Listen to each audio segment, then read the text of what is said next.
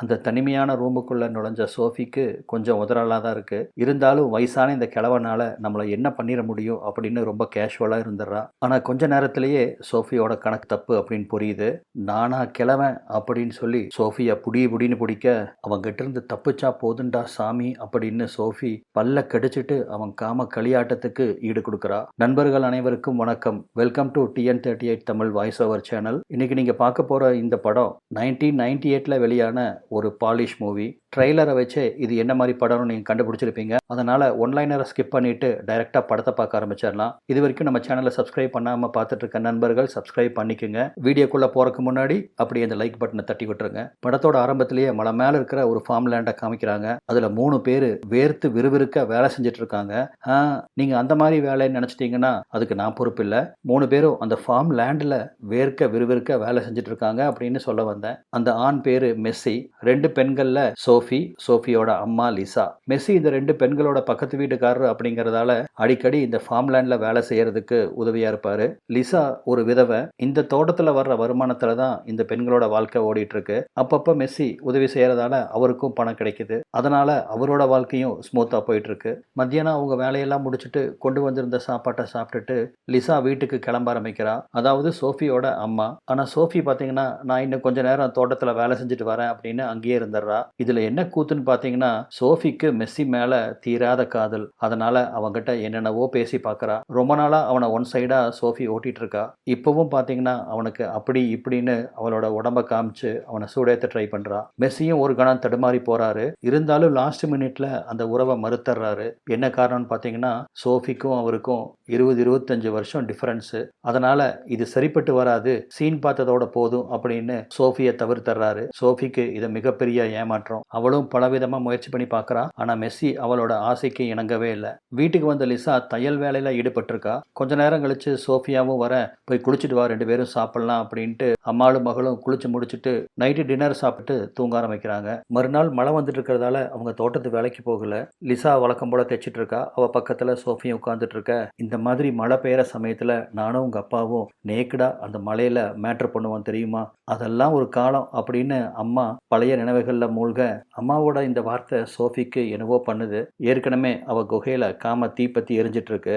அந்த தீய ராக்கெட் விட்டு அணைக்கிறதுக்காக மெஸ்ஸியோட வீட்டுக்கு வரா. அடிச்சு புடிச்சு ஓடி வர்ற சோஃபியை பார்த்த மெஸ்ஸி உங்க அம்மாக்கு இங்க வர்றது தெரியுமான்னு கேட்க, இல்ல தெரியாது, பாத்ரூம் போறேன்னு சொல்லிட்டு வந்திருக்கேன் அப்படின்னு சொல்லி சோஃபி சிரிக்கிறா. என்ன விஷயம் அப்படின்னு அவ எதுக்காக வந்திருக்கா அப்படின்னு தெரிஞ்சுக்கிட்டே மெஸ்ஸி கேட்கறான். என் குகைக்குள்ள எரிஞ்சிட்டு இருக்கிற காமத்தீய நீ ராக்கெட் விட்டு அணைக்கணும் அப்படின்னு சொல்ல மெஸ்ஸியும் மறுத்தர்றான். இதோ பாரு சோஃபி, நான் பல தடவை சொல்லிட்டேன், நம்ம 2 பேத்துக்கும் செட் ஆகாது. நீங்க வந்திருக்கிறது உங்க அம்மாக்கு தெரியறதுக்குள்ள திரும்பி வீட்டுக்கு போயிரு அப்படின்னு உறுதியா சொல்லவும் ரொம்ப ஏமாற்றத்தோட சோஃபியும் வீட்டுக்கு திரும்புறா. மறுநாள் பாத்தீங்கன்னா சோஃபியால தோட்டத்துல வழக்கம் போல வேலை செய்ய முடியல. சதாசர்வ காலமும் அவ எண்ணமெல்லாம் காமத்துக்கே அடிமையா இருக்கு. மெஸ்ஸிய பாக்குற போதெல்லாம் அவளுடைய அந்த காமத்தீ ரொம்ப அதிகமாயிட்டே போயிட்டு இருக்கு. இந்த கிராமத்துல பாத்தீங்கன்னா ஊரை விட்டு பல 100 கிலோமீட்டர் அந்த பக்கமா இருக்கிறதால இந்த கிராமத்துல அதிகமான ஆட்களை பார்க்கவே முடியாது. இருக்கிற ஓரிரு ஆட்கள்ல மெஸ்ஸியத்தான் சோஃபிக்கு ரொம்ப பிடிச்சிருக்கு. அதனால தான் பண்ண கண்ட நாய் மாதிரி அவன் பின்னாடியே சுத்தி வந்துட்டு இருக்கா. மக ரொம்ப சோகமா இருக்கிறத பார்த்த அம்மா லிசாவோ என்னடியாச்சு அப்படின்னு அவன் பக்கத்துல வந்து கேட்கறா. உடம்பெல்லாம் ஒரே சூடா இருக்குதுமா அப்படின்னு சோஃபி சொல்ல, அங்க நல்லெண்ணெய் அப்படின்னு அம்மாவும் சொல்ல, எங்க அப்படின்னு சோஃபி கேட்கறா. உச்சந்தலைய சொன்னண்டி அப்படின்னு லிசாவும் சிரிக்கிறா. அன்னைக்கு அவங்க அறுவடை பண்ணது எல்லாத்தையுமே ஒரு இடத்துல போட்டு வைப்பாங்க. அங்க சோஃபி அவ அறுவடை பண்ணது எல்லாத்தையும் போட்டு வச்சிட்டு இருக்க. மெஸ்ஸி அவரு அறுவடை பண்ணினதை போடுறதுக்காக அங்க வராரு. அவனுக்கு எப்படியாவது மூடு வர வைக்கணும் அப்படிங்கிறதுக்காகவே சோஃபி வேணுன்ட்டே அவளோட ட்ரெஸ்ஸை தொடையா தாண்டி டேஞ்சர் லெவலுக்கு தூக்கி கட்டிட்டு வேலை செஞ்சிட்டு இருக்கா.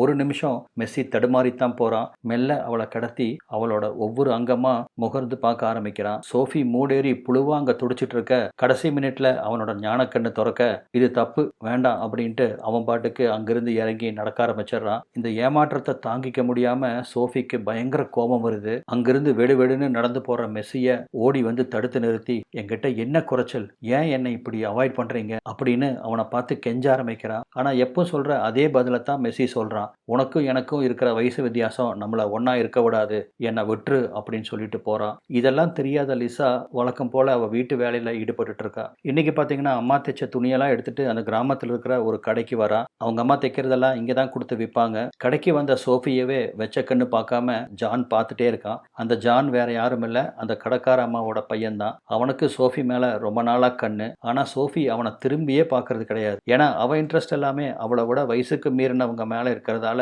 ஜானை அவ கண்டுக்கிறதே இல்லை. ஒரு நாள் வழக்கம் போல அவங்க தோட்டத்துல வேலை செஞ்சுட்டு இருக்கும்போது வேலையை முடிச்சுட்டு லிசா முன்னாடி போயிடுறா. ஆஸ் யூஷுவல் சோஃபி மெஸ்ஸிய எப்படியாவது இன்னைக்கு தன்னோட கிணத்துல தண்ணி சேர்ந்த வச்சிடணும் அப்படின்னுங்கிற முயற்சியில மும்முரமா ஈடுபட்டு இருக்க, இந்த தடவை மெஸ்ஸி அவ விரிச்ச வலையில விழுந்துடுறான். அந்த ஓப்பன் பிளேஸ்லயே சோஃபியா சும்மா புடின்னு பிடிச்சிடுறான். இதுக்கு தானே இத்தனை நாள் காத்திருந்த, இந்த வாங்கிக்கோ அப்படின்னு ஒவ்வொன்றும் இடி மாதிரி விழுகுது. ரொம்ப காலமா இதுக்காக தான் ஏங்கிட்டு இருந்த சோஃபி அதை முழுசா அனுபவிக்கிறா.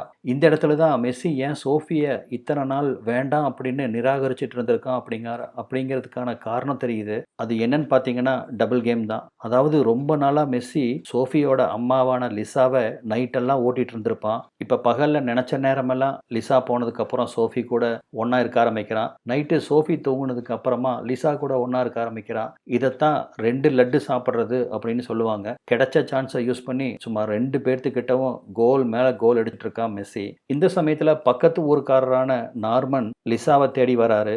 லிசா மாதிரியே அவரும் ஒரு விடோயர் தான். அவருக்கு ரொம்ப நாளா லிசாவை கல்யாணம் பண்ணணும் அப்படின்னு ஆசை. ஜாடமடையா கேட்டு பார்ப்பாரு. லிசா அதுக்கு புடி கொடுத்து பேசியிருக்க மாட்டா. என்ன ஆனாலும் சரி இன்னைக்கு 2ல் 1 கேட்டலாம் அப்படின்னு தான் நேர்ல வந்திருக்காரு. ஓரளவுக்கு சொத்துள்ளவர் தான். இருந்தாலும் அவரோட வயசை காரணம் காட்டி லிசாவே வேண்டாம் அப்படின்னு அவரை மறுத்தர்றான். நாட்கள் நகர ஆரம்பிக்க ஒவ்வொரு தடவையும் அம்மா கிட்ட ஏதாவது போய் சொல்லி சோஃபி அவளுக்கு கிடைச்சிருக்க டைமை மெஸ்ஸி கூட ஸ்பெண்ட் பண்ணிட்டு இருக்கா.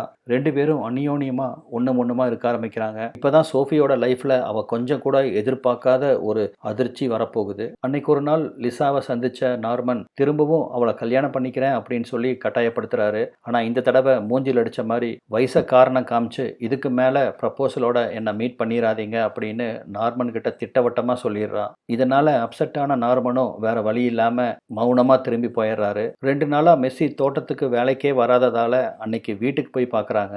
வீடு பார்த்தீங்கன்னா திறந்து கிடக்குது. மெஸ்ஸியை காணோம். சரி ஏதாவது வேலையா டவுனுக்கு போயிருப்பான், வந்துருவான் அப்படின்னு வெயிட் பண்ணி பார்க்கறாங்க. அந்த சமயத்துல தான் சோஃபி கொஞ்சம் கூட எதிர்பாராத அந்த அதிர்ச்சி நடக்குது. வழக்கமா லிசா தான் சோஃபியை குளிப்பாட்டி விடுவா. அன்னைக்கு அவளுக்கு குளிப்பாட்டி விடும்போது தான் என்னடி உன் வயிறு இவ்வளவு மேடா இருக்கு அப்படின்னு சந்தேகத்தோட பொண்ணை பார்த்து கேட்க, அப்பதான் சோஃபியும் தான் கர்ப்பமா இருக்கிறோம் அப்படிங்கிறத உணர்றா. இதை கொஞ்சம் கூட எதிர்பார்க்காத சோஃபி நடந்தது எல்லாத்தையும் அம்மா கிட்ட சொல்லி அழுக, இதை கேட்ட அம்மாக்கு பேர் இடியா தலையில வந்து இறங்குது. இப்படி ஒரு தப்ப பண்ணிட்டியேடின்னு மகளை அடிக்கிறா. தன்னைத்தானே தலையா அடிச்சுட்டு அழுக ஆரம்பிக்கிறா. அப்பதான் தெரியுது அந்த பேஸ்டர்ட் பகல் ஃபுல்லா பொண்ணை ஓட்டிட்டு நைட்ல அவங்க அம்மாவை ஓட்டிட்டு இருக்கிற விஷயம் சோஃபிக்கும் தெரிய வருது. தன்னோட பொண்ணைத்தான் அவன் பகல் ஃபுல்லா ஓட்டிட்டு இருக்கிறான் அப்படிங்கிற விஷயம் லிசாக்கும் தெரிய வருது. தலையா அடிச்சுட்டு அழுகாம வேற என்ன பண்ண முடியும் சொல்லுங்க. சரி மெஸ்ஸி வந்துருவான், அவங்ககிட்ட இதை பத்தி பேசலாம் அப்படின்னு தாயும் மகளும் அவனுக்காக காத்திருக்காங்க. வாரங்கள் நகருது, மாசங்கள் ஆகுது. போன மெஸ்ஸி திரும்பி வரவே இல்லை. பையபுள்ள கம்பி நீட்டிட்டான் போல் இருக்கு. தீவிரமா யோசிச்ச லிசா ஒரு ஐடியா பண்றா. அதன்படி இத்தனை நாள் மெஸ்ஸி தானே அவங்களுக்கு தோட்டத்துல உதவியா இருப்பான். இப்ப அவன் போனதால ஜானை கூட்டிட்டு வரான். அவன் யாருன்னு பாத்தீங்கன்னா அந்த ஊர்ல இருக்கிற மளிகை கடைக்கார அம்மாவோட பையன். லிசா தான் தைக்கிற துணியெல்லாம் அங்கதான் விற்பான். அவனை உதவிக்கு கூப்பிட்டுருக்க. சோஃபி கிட்ட என்ன பண்ணணும் அப்படின்னு ஆல்ரெடி சொல்லி வச்சிருக்கா. அதன்படி அன்னைக்கு தோட்டத்துல வேலையை முடிச்சுட்டு நான் வீட்டுக்கு போறேன் அப்படின்னு சொல்லிட்டு லிசா சோஃபி கிட்ட கண்ணை காமிச்சிட்டு போக, கொஞ்ச நேரம் ஜான் கூட பேசிட்டு இருந்த சோஃபி எப்படி மெஸ்ஸியை செட்யூஸ் பண்ணாலோ அதே மாதிரி ஜானையும் செட்யூஸ் பண்றா. முடிஞ்ச வரைக்கும் சோஃபி அவ துணியை கழட்ட விட மாட்டா. ஆனா ஜான் துணியை கழட்டினாதான் எனக்கு மூடு வரும் அப்படின்னு சொல்லி அவ துணியை கழட்ட வச்சிடறான். அப்பதான் அவ வயித்தை பார்த்த அவன் நீ பிரெக்னண்டா அப்படின்னு அதிர்ச்சியா கேட்கறான். சோஃபினால இல்லைன்னு மறக்க முடியல. ஆமா அப்படின்னு சொல்லவும், ஓ நல்லா இருக்கே, எவனோ பயிர் செஞ்சதை நான் அறுவடை பண்ணணுமா, இனி உன்னை யாரும் கல்யாணம் பண்ணிக்க மாட்டாங்க அப்படின்னு சொல்லிட்டு தலை தெரிக்காம அங்கிருந்து ஓடிடுறான். ஜானோட வார்த்தைகளால சோஃபி ரொம்ப ஹர்ட் ஆயிடுறா. அதை கேட்டு பயப்படவும் செய்யறா. அங்கிருந்து நேரா நார்மனோட வீட்டுக்கு ஓடி வரா. யாரு அந்த நார்மன் பாத்தீங்கன்னா லிசாவை அடிக்கடி கல்யாணம் பண்ணிக்க சொல்லி கேட்பாரே ஒரு பெரியவர், அவர் தான் நார்மன். லிசாவோட அம்மாவே என்னோட நீ வயசு அதிகமானவன் அப்படின்னு ரிஜெக்ட் பண்ணவன, அதுவும் கொற்ற மழையில அவனை தேடி ஓடி வந்திருக்கா. என்ன காரணமா இருக்கும்? வேற என்ன? மெஸ்ஸி விதைச்ச அந்த விதைய நார்மனை வச்சு அறுவடை பண்றதுக்கு தான். ஈர சொட்ட தனக்கு எதிர நின்னுட்டு இருக்க சோஃபிக்கு தொடச்சுக்க துண்டு கொடுக்க இதான் சாக்குன்னு அதை வாங்கி அவ ட்ரெஸ்ஸையெல்லாம் கழட்டி அவன் முன்னாடியே துடைக்க ஆரம்பிக்கிறா. பளீர்னு தெரியிற அவளோட அங்கங்கள் அவளோட உடம்ப பார்த்து நார்மனுக்கு என்னவோ பண்ணுது. என்னதான் வயசானாலும் ஆசைக்கு வயசு ஏது சொல்லுங்க. அதனால அவரும் கொஞ்சம் தடுமாறுறாரு. இந்த சபலத்தை பயன்படுத்திக்கிட்ட சோஃபி மெல்ல அவர் பக்கத்துல வந்து அவரை கட்டி அணைக்கிறா. அவளோட உடம்பு சூடு அவருக்கு பட ஒரு கணம் அவரு தடுமாறித்தான் போறாரு. ஆனா அடுத்த கணமே உங்க அம்மாவே என்ன வயசானவன் அப்படின்னு வேண்டான்னு சொல்லிட்டா. அவ பொண்ணு உன்னை எப்படி நானு, இது சரி வராதுமா அப்படின்னு குளிர்ல நடுங்கிட்டு இருக்கிற சோஃபிக்கு காஃபி கொடுத்து வீட்டுக்கு அனுப்பிச்சு வைக்கிறான். வீட்டுக்கு வந்த சோஃபி கிட்ட எங்கடி போயிருந்த அப்படின்னு லிசா கேட்கறா. நீ சொன்ன பிளான் எல்லாம் இன்னைக்கு எது ஒர்க் அவுட் ஆகலமா. ஜான் என் வயித்தை பார்த்து கண்டுபிடிச்சிட்டான். இந்த கிணத்துல தண்ணி சேர்ந்துறதுக்கு நான் தயாரா இல்லை அப்படின்னு என்னை அம்போன்னு விட்டுட்டு போயிட்டான். அது மட்டும் இல்ல, அவன் ஒரு ஊத்தவாயன். இந்த விஷயத்தை இந்நேரம் ஊர் ஃபுல்லா பரப்பியிருப்பான். இந்த ஊர்ல இருக்கிற ஒரு 2 ஆண்களும் என்னை கல்யாணம் பண்ணிக்க முன் வர மாட்டாங்க. அதனால நான் நார்மனை போய் பார்த்தேன் அப்படின்னு சொல்லவும் அந்த கிழவனி வா அப்படின்னு கேட்டு லிசா அதிர்ச்சி அடைகிறா. எனக்கு வேற வழி தெரியலமா அப்படின்னு சொல்லி சோஃபி இப்ப அழுக ஆரம்பிக்கிறா. 2 பேரும் அவங்க விதியை நினைச்சு நொந்துக்கிறாங்க. அந்த மெஸ்ஸி பாருங்க 2 பேர்த்து வாழ்க்கையிலையும் எப்படி விளையாண்டுட்டு போயிருக்கிறான்னு. எவ்வளவு சீக்கிரம் சோஃபிக்கு கல்யாணம் பண்ணி வைக்கிறாளோ அவ்வளவுக்கும் அது நல்லது. ஏன்னா கொஞ்ச நாள்ல விசிபிளாவே அந்த வயிறு தெரிய ஆரம்பிச்சிடும். என்ன பண்ணலாம் அப்படின்னு லிசா யோசிக்கிறா. இதுக்கெல்லாமே முதல் காரணம் தன்னோட தவறு தான் அப்படின்னு தன் மேலேயே லிசா அந்த பழிய தூக்கி போட்டுக்கிறா. நான் இடம் கொடுத்ததால தான் மெஸ்ஸி என்னோட பெட்ரூம்குள்ள நுழைஞ்சிருக்கான். அதன் மூலமா என் பொண்ணையும் சூறையாடிட்டு போயிட்டானே அப்படின்னு அவளுக்கு ஒரு கில்ட்டி ஃபீலிங்கு. தன்னோட பொண்ணு வாழ்க்கை சேஃபா இருக்கணும் அப்படின்னா நார்மன் தான் ஒரே வழி அப்படின்னு லிசாக்கு புரியுது. ஓரளவுக்கு பணக்காரன், கண்டிப்பா தன்னோட பொண்ணை நல்லா பார்த்துக்குவான் அப்படிங்கிற நம்பிக்கையும் இருக்கு. ஆனா தன்னோட பொண்ணுக்கும் நார்மனுக்கும் 40 வருஷம் வித்தியாசம். அது ஒண்ணுதான் அவ மனசை உறுத்துது. இருந்தாலும் பரவாயில்லன்னு சொல்லி மறுநாள் நார்மனை வீட்டுக்கு கூப்பிட்டுருக்கா. நார்மனும் வீட்டுக்கு வர தன் பொண்ணை கல்யாணம் பண்ணிக்க சொல்லி லிசா கேட்கறா. முதல்ல இதுக்கு நார்மன் ஒத்துக்கல. நான் எப்படி இவ்வளவு வயசு டிஃபரன்ஸ்ல அப்படின்னு தயங்குறான். ஆனா லிசா அவங்கிட்ட கெஞ்சி கூத்தாடி அவன் மனசை மாத்தி சோஃபியா கல்யாணம் பண்ணிக்கிறதுக்கு சம்மதம் வாங்குறா. ரொம்ப எளிமையா அவங்க கல்யாணம் முடியுது. இந்த கல்யாணத்தால அம்மாளுக்கும் மகளுக்கும் 2 பேத்துக்கும் ஏக சந்தோஷம். கல்யாணம் முடிஞ்சு அவங்க சம்பிரதாயப்படி அம்மா லிசா பொண்ணை கொண்டு போய் நார்மன் வீட்டுக்கு விட்டுட்டு வரா. அந்த தனிமையான ரூமுக்குள்ள நுழைஞ்ச சோஃபிக்கு கொஞ்சம் உதறலா தான் இருக்கு. இருந்தாலும் வயசான இந்த கிழவனால நம்மளை என்ன பண்ணிட முடியும் அப்படின்னு ரொம்ப கேஷுவலா இருந்துடுறா. ஆனா கொஞ்ச நேரத்திலேயே சோஃபியோட கணக்கு தப்பு அப்படின்னு புரியுது. நானா கிழவன் அப்படின்னு சொல்லி சோஃபியா புடின்னு பிடிக்க அவன் கிட்ட இருந்து தப்பிச்சா போதுண்டா சாமி அப்படின்னு சோஃபி பல்ல கடிச்சிட்டு அவன் காம களியாட்டத்துக்கு ஈடு கொடுக்குறா. எல்லாம் முடிஞ்சும் நார்மனும் உன்னையும் சரி பிறக்காத உன் குழந்தையும் சரி நான் நல்லபடியா பார்த்துக்குவேன் அப்படின்னு அவளுக்கு ப்ராமிஸ் பண்றான். அதே மாதிரி அவன் ப்ராமிஸ் பண்ண மாதிரியே சோஃபியும் அவ வயிற்றுல இருக்கிற குழந்தையும் நல்லபடியா கவனிச்சுக்கிறான். என்னதான் அவங்களுக்குள்ள பெரிய ஏஜ் டிஃபரன்ஸ் இருந்தாலும் அவங்க லைஃப் என்னமோ ரொம்ப சந்தோஷமா தான் போயிட்டு இருக்கு. இந்த சமயத்துல தான் சோஃபிக்கு ஒரு அழகான குழந்தை பிறக்குது. அந்த குழந்தைய நார்மன் தன்னோட குழந்தையா நினைச்சு நல்லா பார்த்துக்கிறான். தட்டு தடுமாறி எந்த திசையில போறதுன்னு முழிச்சிட்டு இருந்த போது இந்த நார்மன் தான் அவளுக்கு ஒரு நல்ல வாழ்க்கையை கொடுத்துருக்கான். நார்மன் தன்னோட குழந்தைய இந்த அளவுக்கு கவனிச்சுக்குவா அப்படின்னு சோஃபி கொஞ்சம் கூட எதிர்பார்த்திருக்க மாட்டா. அந்த அளவுக்கு நார்மன் அந்த குழந்தை மேல அக்கறை காமிக்கிறான். லிசாக்கு சோஃபியோட லைஃப் நல்லபடியா செட்டில் ஆனதுல ஏக சந்தோஷம். இருந்தாலும் மெஸ்ஸியால ஏற்பட்ட அந்த குழப்பத்துக்கு ரொம்ப வயசுல மூத்த ஒருத்தனை தன் பொண்ணு கல்யாணம் பண்ணிக்க வேண்டிய அந்த சூழ்நிலைக்கு தான் காரணம் அப்படிங்கிற அந்த குற்ற உணர்ச்சி மட்டும் லிசாக்கு போகவே இல்லை. ஒருவேளை நார்மன் இறந்து போயிட்டா தன்னோட மகளும் தன்னை மாதிரியே விதவையாயிருவாளே அப்படிங்கிற அந்த பயம் அவளை ரொம்ப வாட்ட ஆரம்பிக்குது. அதுக்கு காரணம் இல்லாம இல்லை.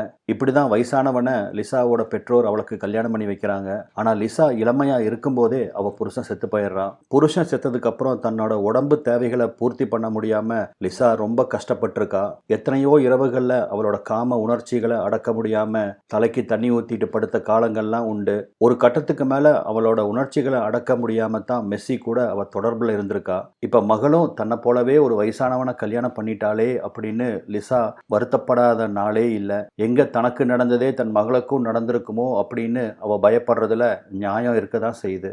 மெஸ்ஸி கூட படுக்கையை பகிர்ந்துக்கிட்ட தான் முக்கிய குற்றவாளி அப்படிங்கிற அந்த எண்ணம் நாளுக்கு நாள் அவ மனசுக்குள்ள அதிகமா வளர ஆரம்பிக்க அதன் வெளிப்பாடா ஒரு நாள் நைட்டு இதுக்கு மேல நம்ம வாழ வேண்டாம் அப்படின்னு முடிவெடுத்த லிசா தன்னையும் கொளுத்தி அந்த வீட்டையும் கொளுத்தி விட்டுறா. அந்த வீட்டோட அவளும் எரிஞ்சு சாம்பலா போயிடுறா. இதோட இந்த படமும் முடியுது. இந்த படம் ரிலீஸ் ஆனது பார்த்தீங்கன்னா 1988. அந்த காலத்திலேயே பல நிர்வாண காட்சிகள்லாம் இப்ப எடுத்து வச்சிருக்கானுங்க. அதுவும் வயசு வித்தியாசம் பார்க்காம உடலுறவு காட்சிகள்லாம் எடுத்து வச்சிருக்கானுங்க. இந்த படம் நெட்ல அவைலபிளா இருக்கு. பாலிஷ் மொழியில தான் இருக்கிறதால இந்த படத்தை பார்த்துருந்தீங்கன்னா கண்டிப்பா உங்களுக்கு அந்த கதை ஓரளவுக்கு புரியும். நம்ம மீண்டும் வேற ஒரு பதிவில் சந்திக்கலாம். நம்மளோட இன்னொரு சேனலான MBT ஃபிலிம்ஸ் சேனலை இது வரைக்கும் பார்க்காதவங்க அதையும் பாருங்க. சப்ஸ்கிரைப் பண்ணி வச்சுக்கோங்க. நன்றி.